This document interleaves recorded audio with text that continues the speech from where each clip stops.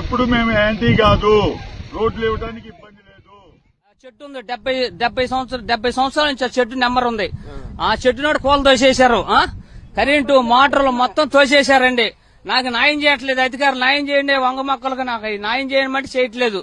నాకు ఉంది 10 సెంటు, నాకు న్యాయం చేయాలండి అధికారులు. రాజధానికి పొలం ఇవ్వలేదా? రాజధానికి ఇవ్వలేదండి, అమ్ముకుందామని పెట్టుకున్నా 10 సెంట్ అని.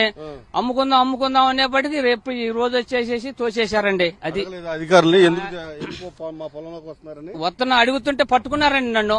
పట్టుకుని 10 మంది పోలీసులు పట్టుకుని 4 కుక్కలేని తొక్కిచ్చేశారు సార్. నాకు ఎవరు న్యాయం చేసేది, మీరు ఎవరు చెప్పండి.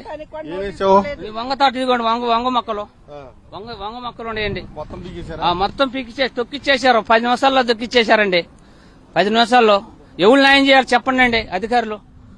నాకు న్యాయం చేసేది ఎవడు? నాకు ఏమీ లేదు, వెనకా ముందులో 10 సెంటు దీని మీద జీవనం పడుకుంటున్నా.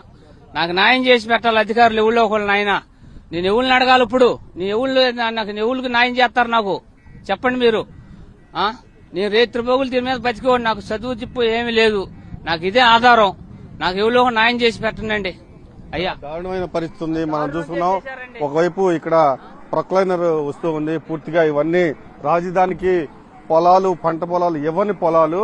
కానీ ఇవ్వని పొలాల్లో సిఆర్డీ అధికారులు దౌర్జన్యంగా ప్రొక్లైనర్ తీసుకొచ్చి పూర్తిగా పంట అంతా నాశనం చేస్తున్న పరిస్థితి. ఎప్పటి నుంచో వీళ్ళంతా పోరాడుతున్నారు. మనం ఇప్పుడు రైతు చెప్పాడు, పూర్తిగా నా పంట అంతా నేను వంగ తోట వేశాను, ఆ వంగ తోటకు సంబంధించిన పూర్తిగా ప్రొక్లైనర్ తీసుకొచ్చి ధ్వంసం చేశారని పూర్తిగా ఆ దృశ్యాలే మనకు కనిపిస్తున్నాయి. దౌర్జన్యంగా పోలీసుల్ని తెచ్చి మరీ కాపలో పెట్టి రైతుల్ని పంటల పొలాల్లోకి వెళ్లనివ్వకుండా సిఆర్డీ అధికారులు దౌర్జన్యానికి పాల్పడుతూ రైతుల దగ్గర నుంచి పొలాలు లాగేసుకునే పనిలో ఉన్నారు.